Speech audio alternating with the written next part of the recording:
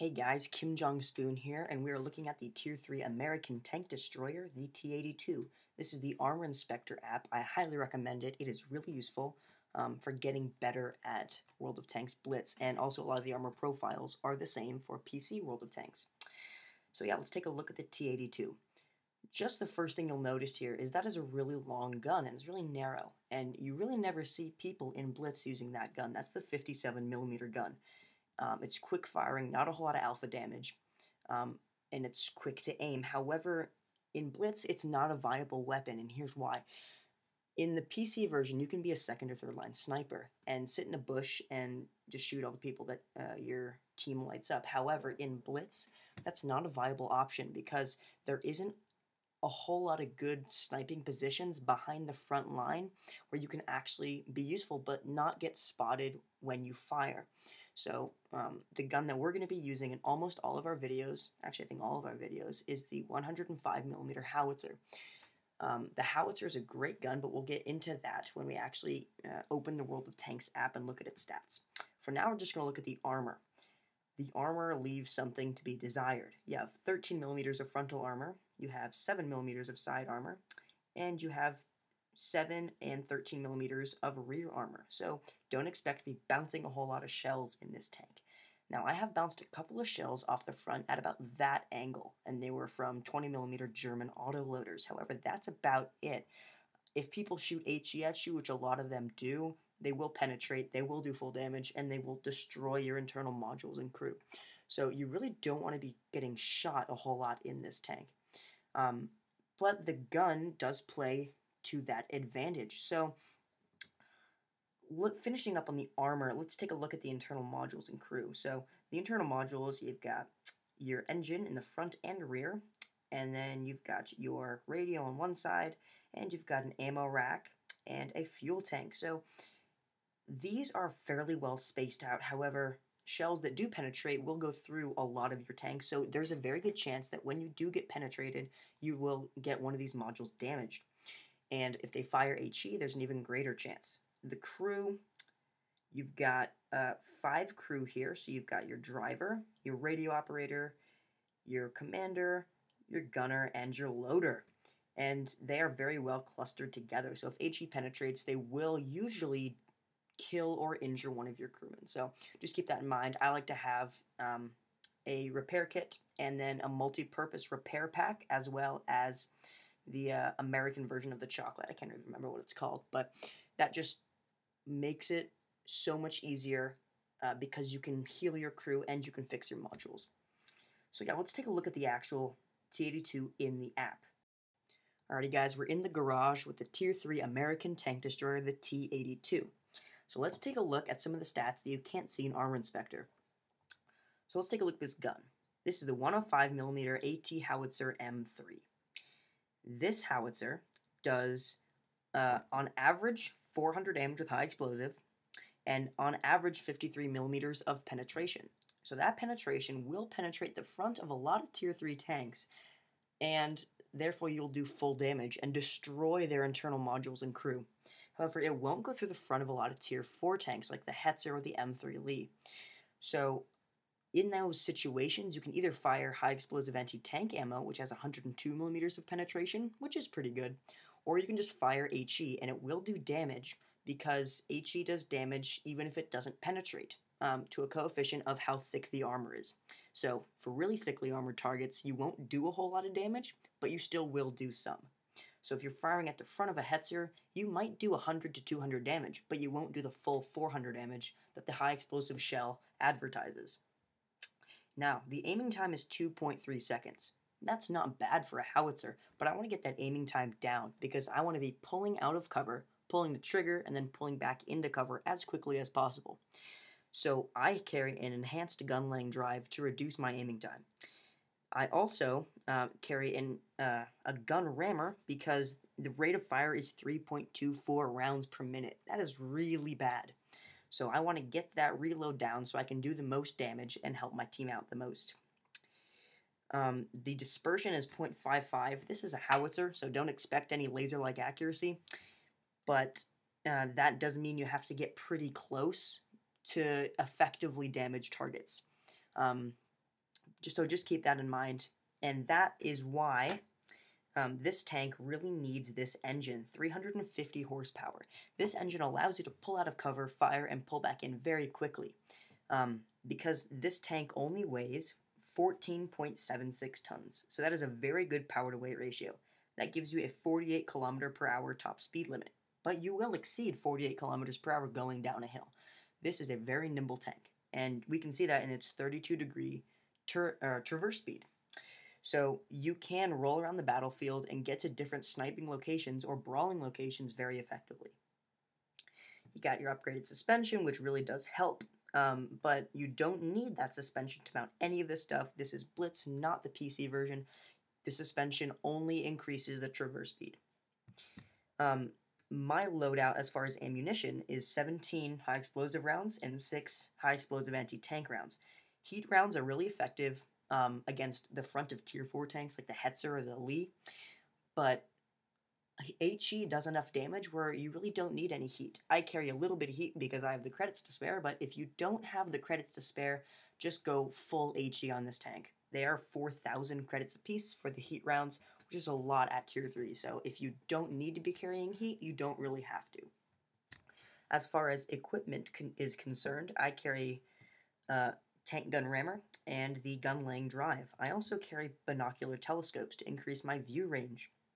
You could carry a camouflage net, but again, after you pull the trigger, you want to be going back into cover. So this really isn't going to be helpful, especially on the small maps and Blitz, where if you fire, you're probably going to be spotted.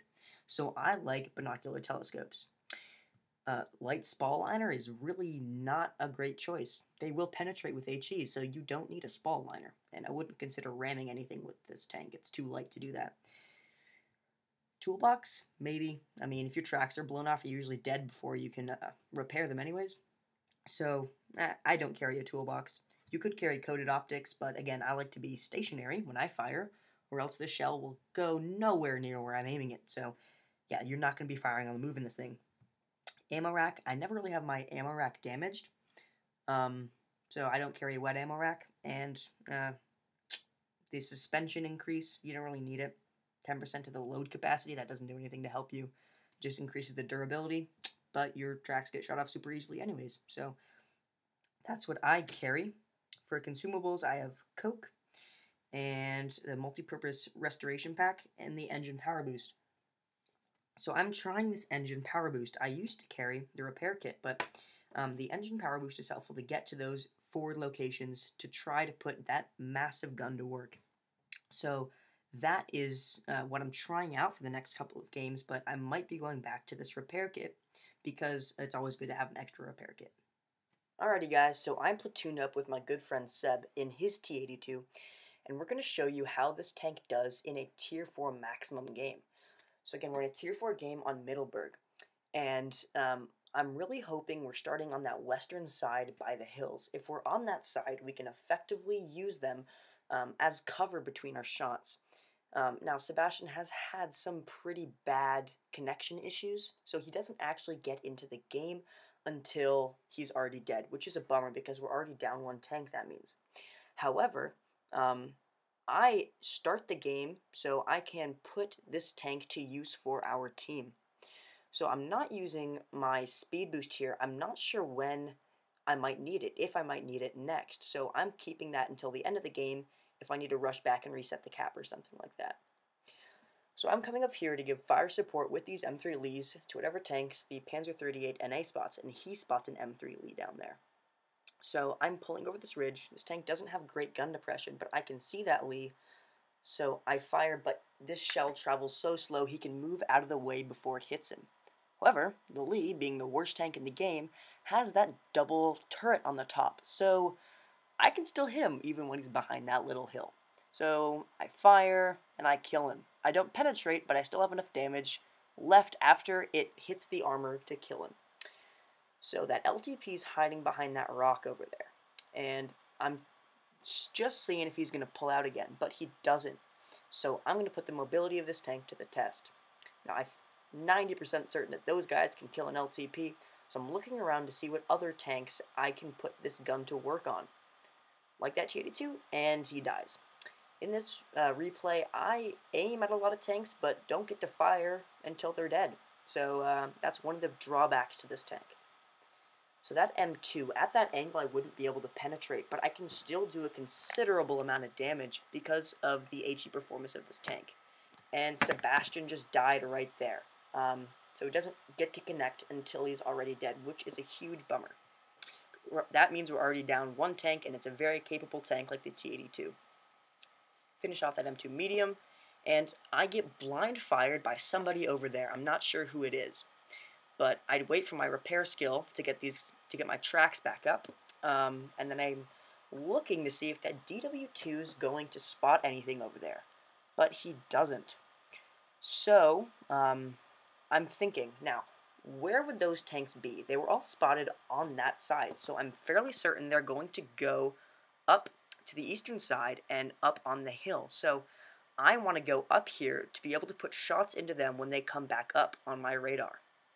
So that DW2 is all the way over where they were, and he hasn't spotted anything, so that means they are over here, or back near the cap, but they get spotted over there. There's 3 tanks over there, and I'm thinking, wow, I'm going to kill this Panzer IIIA first. He's the closest target to me, and the other tanks are on lower health. They have less health except that howitzer, who's actually the only one left other than him. So I'm thinking, now, which tank am I going to kill now? That Panzer IIIA is a great target, but the Hetzer's soft-skinned enough that I aim for him, but he gets ammo racked before I can pull the trigger. So now I'm chasing after this Panzer IIIA, and he is much faster than I am. So I'm thinking, well, I'm going to have to chase this guy. Don't get the shot on him right there, so I'm going to run down into the village and see if I can ambush him. And he goes unspotted, so I have absolutely no idea where he's going. The Lee obligingly stops for me, which was nice of him, and in retrospect, I should have gone down that left side. I might have been able to intercept him there. However, I wasn't sure where he was. He's been unspotted. So we are going over to this side to see if he's hiding out in that little ditch over there, and he's not. So I'm thinking, well, he might be going up around the east again to the hill. But then I'm thinking, you know what, I'm not going to be chasing a Panzer IIIA around the map, so I'm going to go capture the base and draw him to me. And if he dies, I still get some efficiency points. So that's what I'm going to be doing, putting some pressure on him to draw him towards us. So the Lee and I are capping. And at this rate, we will definitely be able to cap before the game is over. And that's Zach texting me. So we are just waiting. I'm thinking he's going to come over that hill and try to reset the cap. However, he doesn't do that. Again, I'm not quite sure where he went, but he doesn't seem too keen on resetting the cap. He's spotted over on that side, and I know I'm not going to get there in time before he dies. At least I don't think so. So I'm putting myself in a position where I'm still capturing the base. But if he comes over the hill, I can put effective fire into him. So the Lee leaves the cap, and I'm thinking, well, that Panzer III is going to be dead before I can do anything about it. So I'm just going to get some efficiency points and stay in the cap. However, he's fast enough that he gets past the 38 NA and the Lee. So now I'm thinking, alright, well, I better be in a position to shoot him when he comes down that alleyway. And I don't know that he's actually behind the back buildings too. So I'm getting ready to shoot, but oh, he's actually behind those buildings. So now I'm thinking, alright, well, I'm just going to stay in the cap and head over here so when he pops around this corner, I can shoot him there. But he doesn't seem too keen on actually resetting the cap, and he just runs behind that building. So I think he's going to pop out and hit me right here. However, the DW shoots, misses, and he backs off. And now I'm thinking, alright, well, he's going to come around here and reset the cap. But he's nowhere to be seen. Alright, so we've got 5 seconds, 3 seconds, 2 seconds, 1 second, and he's spotted right before we cap. So again, we win by capping. It's still a win, and I'd say that was a pretty good round. I did get 2 kills and a mastery badge 2nd class, which is pretty good. 600 XP with a premium account and 1,400 credits. I only did 486 damage though. The DW2 did 700 damage, which is really good for a DW2. I really don't care for that tank. So now I'm starting a game on Fort Despair with Zach. He's a really good World of Tanks player and one of my good friends. So, tier 3 game, which is really good, and a lot of the enemy tanks are pretty soft-skinned. So I'm thinking I'm going to go to the right around what I call the corner of fail, and just destroy any of the tanks that are sitting there hoping to catch one of our light tanks off guard. So Zach is using the 75mm howitzer on his T82. It's not the best gun, but again, it's still effective. It still will penetrate a lot of these tanks and will do full damage and really destroy their internal modules and crew. So we're heading around here, and I don't know if they're pushing up or if they're going to stay back and kind of camp. I know when I sit on the side, I camp right behind the little mound right in the middle of the screen and cover up any of my lower plates because I usually hate German tanks. Alright, so I see that martyr, and I know I've been spotted, and I fire, and that goes just to the right of this tank. That's the .55 accuracy of this howitzer to work. So I just can't reload in time. T18 pulls in front of me, and Zach's pulling back after putting a great hit into the martyr, and the martyr pulls back as well. So the martyr's gun is damaged, but it's still accurate enough to hit us. So I'm pulling forward, aware that that LTP is probably going to be aiming for me to hit this martyr. He hits my engine, I fire clutch and hit him. So I want to repair my engine, because that's one of the strengths of this tank, its mobility. And without that mobility, you're really not that great. So I want to kill this Panzer IIIA. First, fire, side of the turret, no problem penetrating, full damage, and we kill him. So now I want to reload before I pull out to fire at that LTP. But he's preoccupied, and he's not really paying attention to what's around him, and Zach gets the kill before I do. So good for him. So now I see this Panzer 35T. I know I will penetrate and will do full damage, but I really actually don't need to because of the caliber and explosive power of this shell. Fire, ammo rack. Awesome. And they're capping, so we need to get back and defend the base. So I want to hide in the bushes right in front of my tank to see if I can put fire onto whoever's in the cap circle.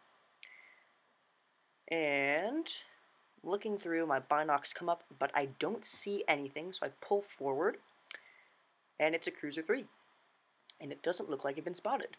And he's pulling back, fire, engine deck, and I do full damage and kill him, which is a great job because I needed him out of the cap to take the pressure off to see if I can kill these other guys.